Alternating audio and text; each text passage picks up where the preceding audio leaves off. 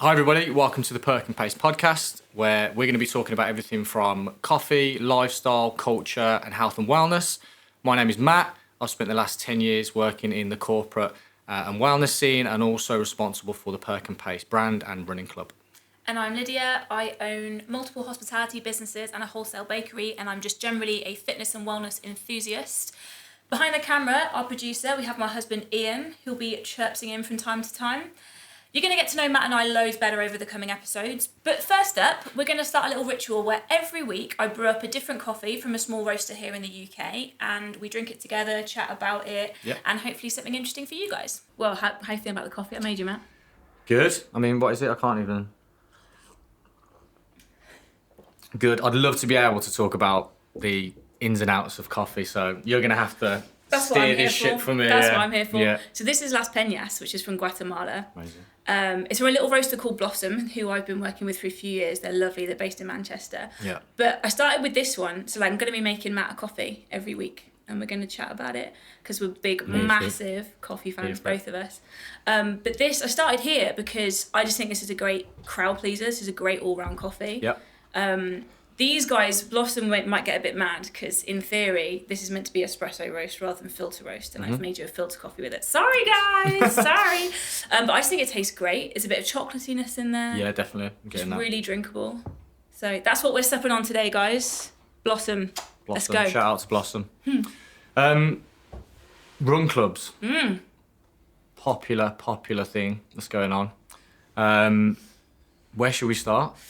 Well, I think I've got an interest, obviously, I've started running recently. It's a recent thing for me. So I'd love to kind of find out a bit more, because obviously you run a run club. Yes. A bit more about like why that started for you, like where that came from. Because in my head, you're like an early adopter of this as well. You've been doing this a while. Yeah, it's a bit of a weird journey really. So we started Perk+Pace in the city about 18 months ago. Really just as like a passion project. It was born out of the fact that I've got a background in running. I did track when I was younger to a really good level, to national level. Always kept healthy and that sort of thing. And there was very much a steer towards coming together as a group of people or a community. Had to be done by going out on a Friday night or going out drinking or whatever else. And there was nothing that was really positive around exercise and health. Something that was easily accessible. Something that could bring a diverse group of people together. And run clubs obviously had always existed. We weren't like reinventing the wheel.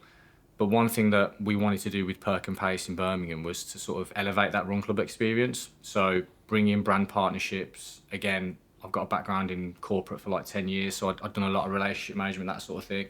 And just wanted to give an elevated experience to the members really. Kicked off about 18 months ago. We managed to get a partnership with a local coffee shop in the JQ, and just went from there. Yeah.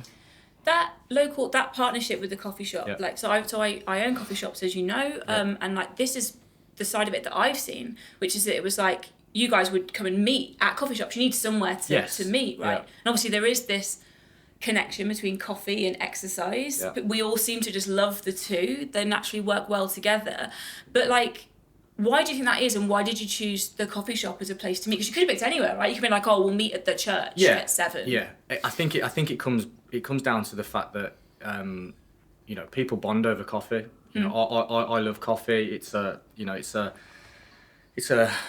communal exercise where you can often express how you're feeling, or you can share a cup of coffee with somebody and get to know them really, really well, which I think is really powerful.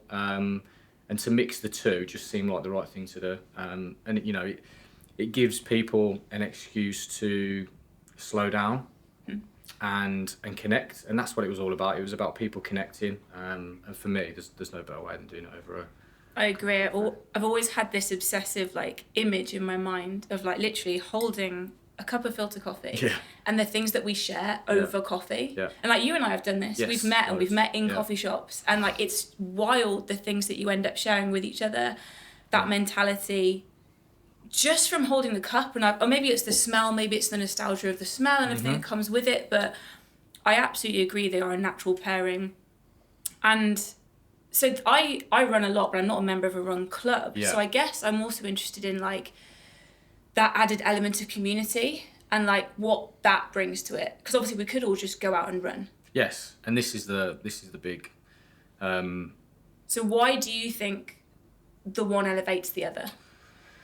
Yeah, I think with the run clubs as well, and you know, backtracking a little bit, you know, every man and his dog's got a run club now, and you know, it's become the popular thing to do. If you're not of the demographic of, you know, 20 to 40, and you're not getting your croissant and going for a run on a Saturday, you're socially not doing what you should be doing. Sounds great. It is so true though, and that's the other side that we'll probably talk about in terms of like just the social pressure that's probably not a good thing around the whole run club, you know, community. But yeah, it was just the natural thing to do, and to pair the both, and to elevate people's experience. But like you said around that, you know, why coffee and why running? Obviously, one, because of the, you know, caffeine benefits that you get from drinking a cup of coffee, which is going to help with exercise and heart rate and things like that, and focus. But yeah, I think, you know, it lends itself as well to people being able to open up around conversations around like mental health, or if they're struggling or whatever they've got going on in their life. So it just made sense in terms of, you know, just pairing the both, and trying to build a run club around that, really. How do you manage the like the pace thing within that? Yeah, so we wanted it to be inclusive anyway, and I say we, it was me and obviously, you know, some other people as well, but we try to make it accessible for all, because we were going to get people that had never ran before, and people that were like, you know, sub 20, sub 19 minute 5Kers. So it was never about the pace, but you know, we branded the run club as Perk+Pace for the obvious reasons of Perk with the coffee, and Pace for, I guess, general life and how you run your own race, really. So, you know, we had a tagline around branding that was like, craft your own story. So, you know, you could be a super fast runner, or you could just be somebody that's just started. So we would always run together as a group. We would have what we call like a conversational pace. So, you know, even if we wanted to break off into a faster group, would go off at the start. We'd have a set route. People would be, you know, safe and welcomed, and they'd almost like pick which group they wanted to be part of. And did that work? Yeah, it did. And you know, the other thing that you need to be mindful of is that obviously people get fitter over time. Yeah. And you know, we'd either make it a conscious effort to run all together. So even if you were a fast runner, it was more about you coming here not to like try and do some sort of interval session or fartlek session. It was just literally about the community of running together with people, regardless of how fast or slow you were, per se. So. As I'm listening to you talk about this, because like I run by myself, and I really staunchly run by myself, because for me it's like I'm bracing myself. Yeah. And because I, a year ago, couldn't run 5K in half an hour. Mm-hmm. And like I've come so far since in that year. Yeah. But like I am constantly racing myself, and that's the thing. So, but then I'm also the person that says, but I struggle to make friends. Yeah. And like I struggle Run to... club. Right. So like I'm listening to you talk about it, and I'm like, it makes perfect sense, because like you say, I don't want to go to the pub after work. That's not me. That's not my vibe. I do value my health, and I'm not saying you don't value health if you go to the pub, but I don't drink, and that's not my vibe. So it does make perfect sense. So now, I read something in The Independent last week, and it was like they were villainising like run clubs charging money, right? Yeah. And this really got under my skin, as you know it did. Yeah. And it said something like capitalism has like hijacked the community, like real clickbaity shit. Yeah. I guess, how do you feel about that? Because I actually don't know. I don't know if you like charge for Perk+Pace. Yeah, no, we did. Yeah, and you know, that was one of the I suppose the lessons that we learned, but it was very much intentional in terms of we always set out to not just be another run club, and you know, run clubs use that tagline every day in terms of like copyright and stuff like that. We're not just a run club, but you know, with that aim to be elevated in terms of our brand presence, how we come across on social media, you know, the fact that we designed our own merchandise, the fact that we're doing the whole partnership thing. So we managed to get a partnership with On Running, which was just incredible. They gave us some free kit, like a shoe drop, actual free shoes, which is just ridiculous. We did an event with Puma as well. So we were clearly standing out to those brands. And we'll probably talk about it in a minute, but that whole rise of like brands, paid ads are sort of dead now. Brands are using and seeing the power of communities to elevate their own brand presence in the market. They're always going after run clubs or people that are, driving that sort of culture forward. But back to the topic about charging, in order to provide that elevated experience, ultimately things don't grow on trees. And, I had a full-time job, I was running a small business and putting a lot of my own time and effort into the brand to build. And it was a really fine sort of margin of error around not alienating people that think that running is free, which they are right. And they can just go and run, and they can go get their friends and just go and run. And that's absolutely fine. But also, going down the side of, if you want that elevated experience and you want access to these sort of things, a small charge is going to go a long, long way for somebody or a brand that is just doing this off their own passion and back. So I struggled with it for a long time because, I really wanted to listen to the members. We had some members that were like, absolutely, like, we can't believe you're giving away this stuff for free. We'd be happy to pay a small amount, every month to, like a membership. So they'd get all the access, they'd get the free events. We weren't even charging for events and stuff like that, never mind the products. We were giving, discounts on merch as well. So there were loads of perks for the members. But then we had some members who showed concerns around, well, we don't think you should charge, it's the wrong thing. And we had those conversations, and, I'd always said to everybody that, come and talk to me, come and let me know. I'm not afraid to have those sort of discussions with you. And some people didn't like it. They went off, they did their own thing.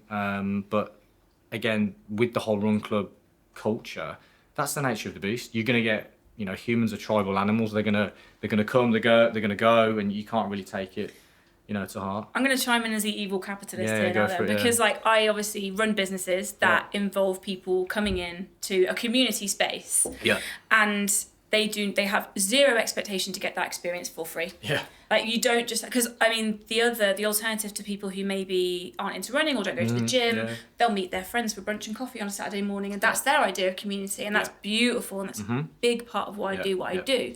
But I have to pay the bills, right? Not just my own bills, but the bills of the cafe, the bills of everyone that work there. So what got under my skin so much about that story, because I know you and I know how much effort you put into it, was also because this story was talking about how it was like an alternative to a dating app as well. Yes, like come and meet somebody and go for a run. Now, number one, people mainly pay for dating apps these days. Yeah. But number two, I just think in this day and age, if you are surprised that you are the product, you're living in dreamland. Yeah. Like, okay, there is a big difference between you charging so much for your run club that you retire to a beach with a cigar in your hand, of course, right? Yeah. And it actually being about, you know what, I really care about this thing and I believe in it and I want to put enough time and energy into it for it to give value to you as a member. Yeah. And that, you know what, I've got to pay my fucking bills. Sorry. So, like, that's what got under my skin, because I immediately just saw this. How can you expect a great experience for nothing? That's what irritates me, because, like I said, if a group of people came into my cafe on a Saturday morning and they were having a chat and they were looking after each other, mental health check-ins, all the beautiful things that they do, but they were like, oh, we're not going to buy anything, I would kick them out. Yeah. And does that make me a terrible person? No. Right. So, like, that's it. It's like, I'm sorry, you don't get to experience an amazing thing for nothing. Unfortunately, you are the product. Yeah. Think about social media. That is free. You're not really getting it for free, though, are you? You're being advertised to. Like, all of this, you are the product. So I think just a bit of awareness of what it takes to organise something that great. Yeah, and I'm absolutely of the mindset that, I can see it from, people that don't have the passion or the drive to want to build whatever, like a brand or a business or a run club. I'm not saying the run club's a business, but to your point, when you have, put a lot of authenticity into the brand, the process of it, making it an elevated experience, and there's all the perks that come with it, you'd expect the community to also, for people to back your vision and what you're doing, and also like the experience that they're getting out of it.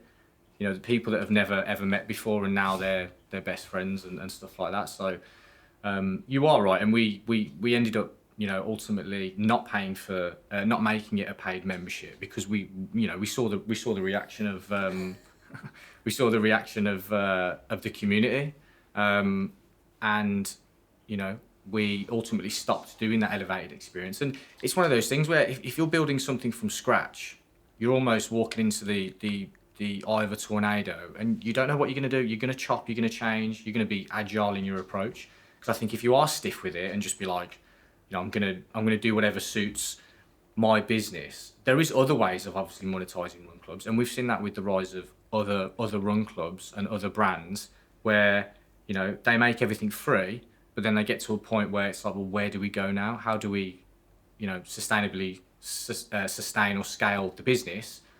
We go get a partnership with a massive brand and we start getting people to pay for clothes. So there's there's 10 million ways to skin a cat. So I guess from my point of view, what I don't get about that is there's only so many clothes someone's going to buy. Yeah.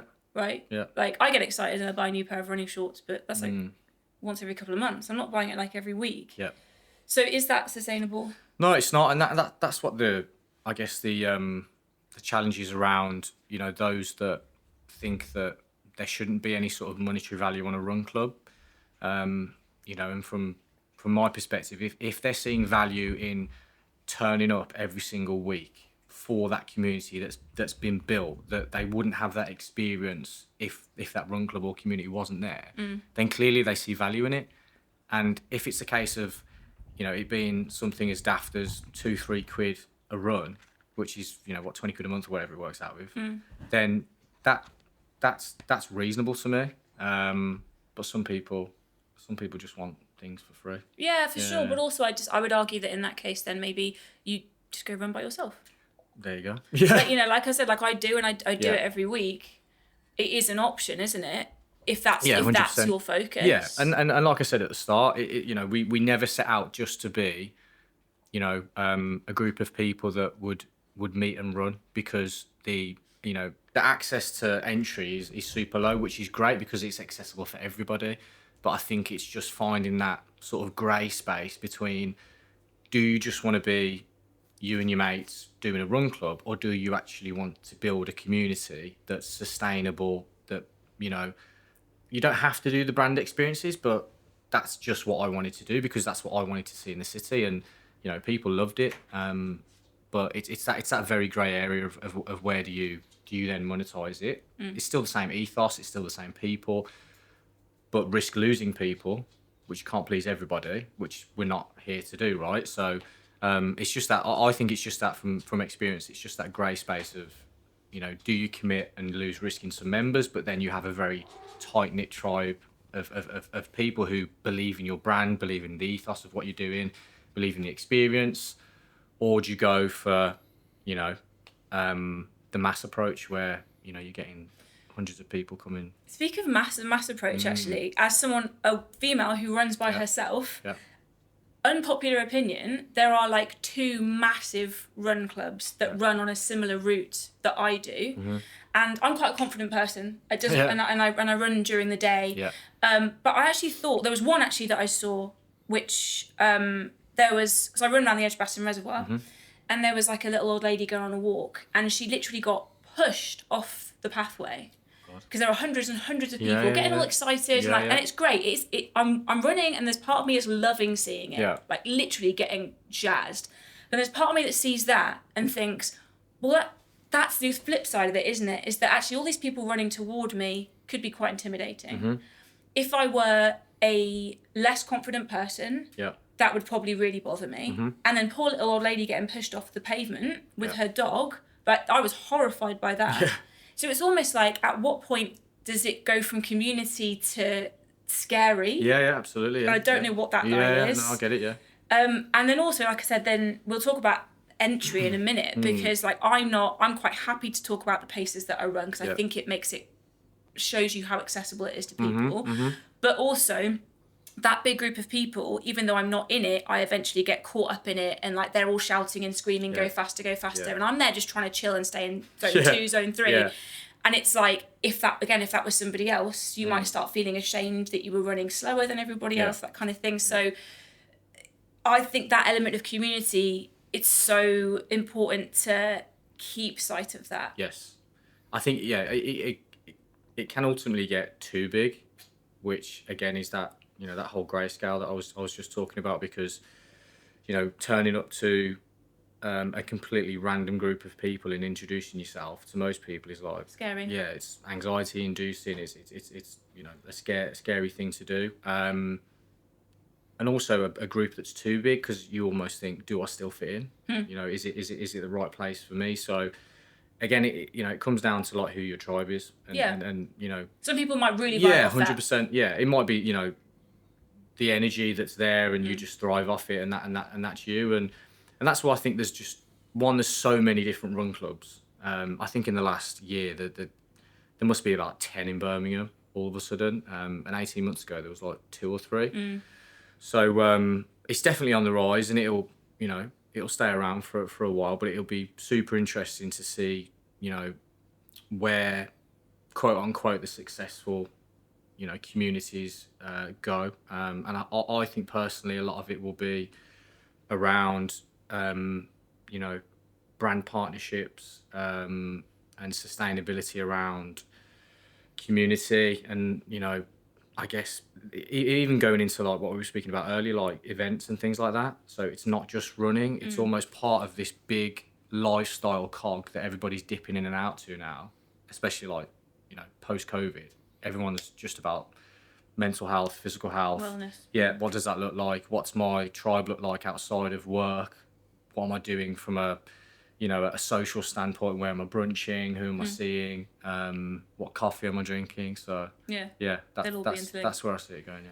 You talked about like entry level. Yeah. So I don't know much. I mean, actually, on the grand scheme of things, I guess we don't know each other that well. Yeah, no, yeah. It's weird, isn't it? Yeah. Like recently, we've definitely started getting closer and hanging out more. But like, I would genuinely be interested to know, like, when you started running. Tell me about your like fitness background. Yeah, bit of a mixed bag really. So I've always been sort of quote unquote sporty, but I did martial arts first. No way. Yeah. So I did martial arts I started when I was about 10.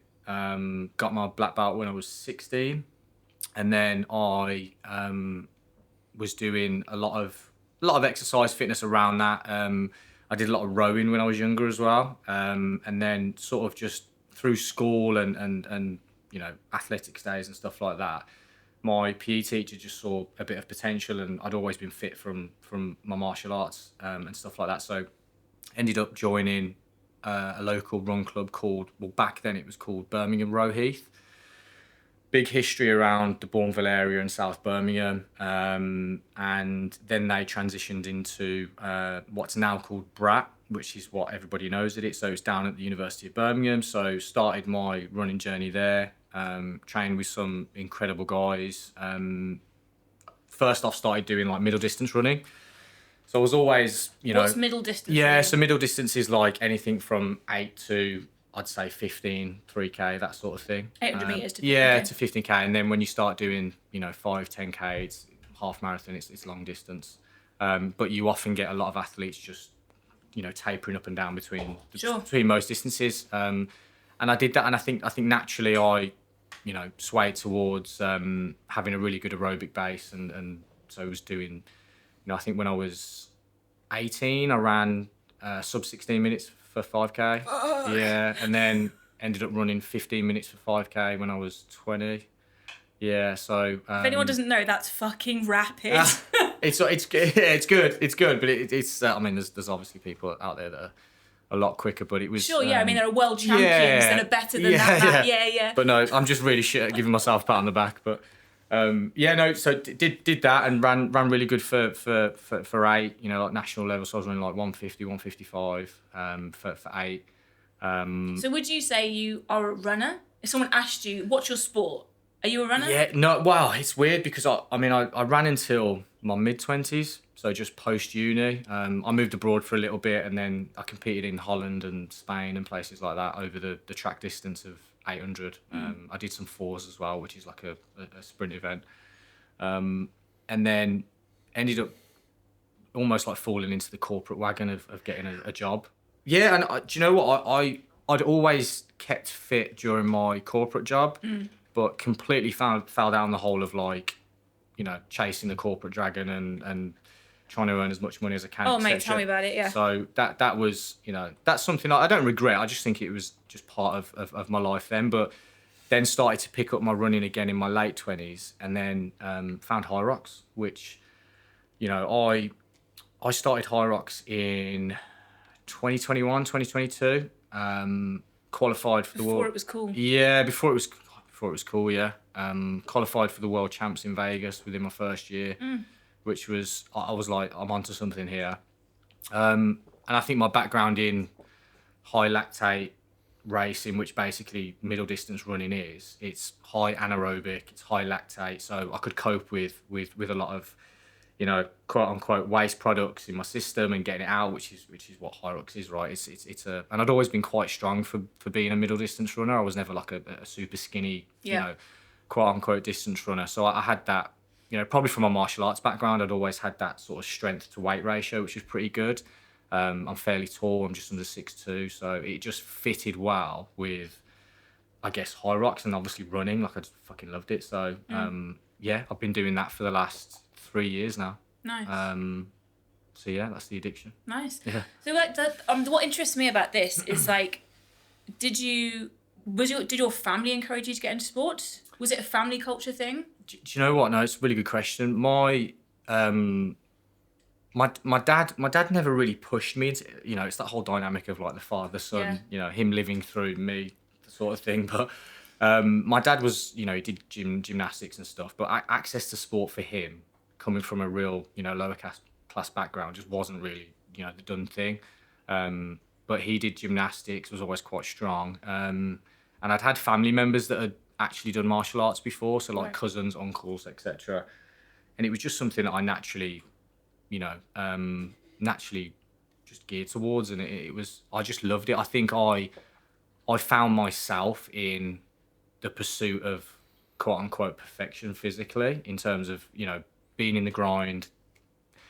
People like when I was at school, Matt's the sporty kid. So, when you find your when you find your space or your avatar, he's the intelligent kid, he's the creative kid. Mine was always like Matt's the sports guy, like, that sort of thing. And I think when you're a kid, which you naturally do anyway, you just lean into it because it's your safe space.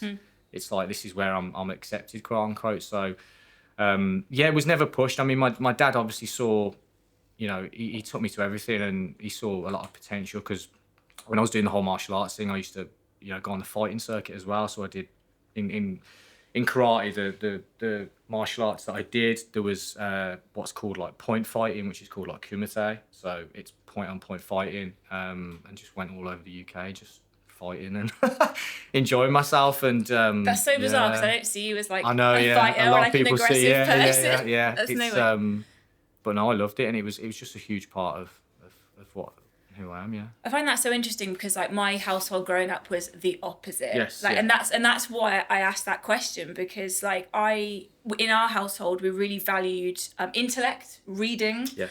And we were all pushed down like the music route to play instruments. And I say pushed, I mean like, but there was no option. We were gonna play instruments, and I'm the kind of person where you tell me to do something and I'm like, nah, I'm now going to do the opposite. Yeah. So like out of rebel. I have like 2 siblings and they're both really skilled at instruments, playing music. I'm not. I sing, that's it. But then it's like later in life I've found exercise and I've found sport, and it's brings so much joy to my life. I almost look back at the years wasted. I know I shouldn't think of it like that, but like I'm 36 now, and I'm like, if I'd found these things that I'm good at when I was younger, imagine how good I could be. Like, this is what's going around my head. And because you're doing your first High Rocks, right? Yeah, well, I did doubles with my sister in May. First singles. Yeah, I'm doing my first singles in like 6 weeks' time. Yes. Which, I mean, that for me was crazy, because that was just, I had trained like a powerlifter for years. And I say like a powerlifter because I didn't compete. I wasn't strong enough to be competitive, but that was the style of training which I did. Yeah. And I kind of, a couple of years ago, had this realization of, I just want to be the fittest, best version of myself that I can be. And so I just picked something that seemed scary to me. And because I would always say, I'm not a runner, I'm not very quick, I'm not really built for speed. And I'm not. Yeah. I'm not really built that way. I picked high rocks because it was just petrifying to me. Like, it is just so relentless. And so I was like, I'll do a doubles first with my sister, who is a runner, and she's good at that kind of thing. So I was like, I'll have her there to sort of cheer me on, and it will make it a bit easier. Let's blame. Like, and it makes it easier because at least you get a bit of rest. That's what I was thinking. I was thinking, I'm literally going from like 0 cardio base to, I think I had 6 months to let's go do a doubles high rocks, and started working with a coach who just started. Like, basically, his task was make me fitter, make me be able to run. And it was a rude awakening. The high rocks doubles was a rude awakening. We should probably do like a whole episode on like high rocks talking about that. But I'm nervous about the singles because I am fitter and I am the best runner I've ever been in my life. Because other than like lockdown where everyone got into running, I've never really run. Yeah. What made you lean? So to that point, what made you lean into that almost not scarcity mindset, but knowing that that's not your forte, and you're like, I'm just gonna run head onto. Well, because that's who I am. The world. Yeah. But like I said, so I decided that I wanted to be fitter, and a lot of it was body confidence as well. Because my weight's always fluctuated a lot through my life. Yeah. And I've never had a particularly good relationship with being able to like, I can lose weight. I understand the maths. I understand calories in, calories out. Yeah. But actually being able to maintain a body that I was happy with has not been something I've ever been able to achieve. And I just had a realization from years of people in my life that I trust kind of explaining to me, if you want to eat a certain way, which I do, I'm a massive foodie, then you need to work harder. Yeah. And I wasn't willing to do that. I was scared of cardio. Yeah. I was like, I'm just going to squat because I can, and like, it's kind of impressive. Yeah. But so it kind of went into it from that aspect of, I want to make a change and I want to be fitter, like I said, I want to be faster, and I want to be proud of something that I do outside of business. That was a big thing as well. Because so much of my life and personality was just business. That finding something else that I could really lean into and be really proud of was a really big thing. 100%. And then what happened was it's turned into habit and it's turned into who I am now. There's no option, there's no going back. Love it. I actually love running. Yeah. And like, you know, I do like 3 run sessions a week. Yeah. And the one I look forward to the most is just like the long easy run at the end of the week. And that is almost like a meditative state. And that's why I'm like, I don't run with other people because I'm just headphones in, concentrating on breathing, and I just go, I'm basically meditating for like an hour and a half. And I love that.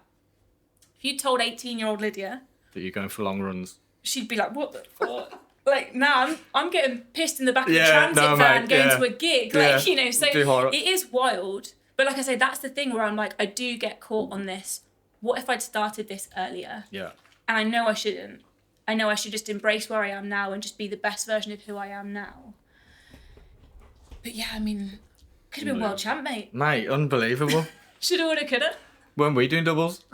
Oh! No, joking. Gauntlet thrown.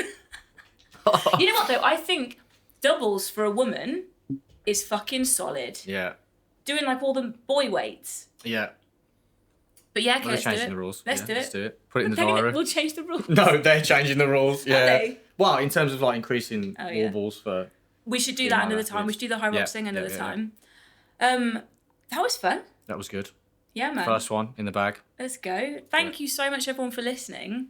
We're going to cover all sorts of things moving forwards, like wellness, business, that kind of thing. But we'll wrap that up for today. Yep. Thank you, everyone. Amazing. Thanks, everyone. Like and subscribe.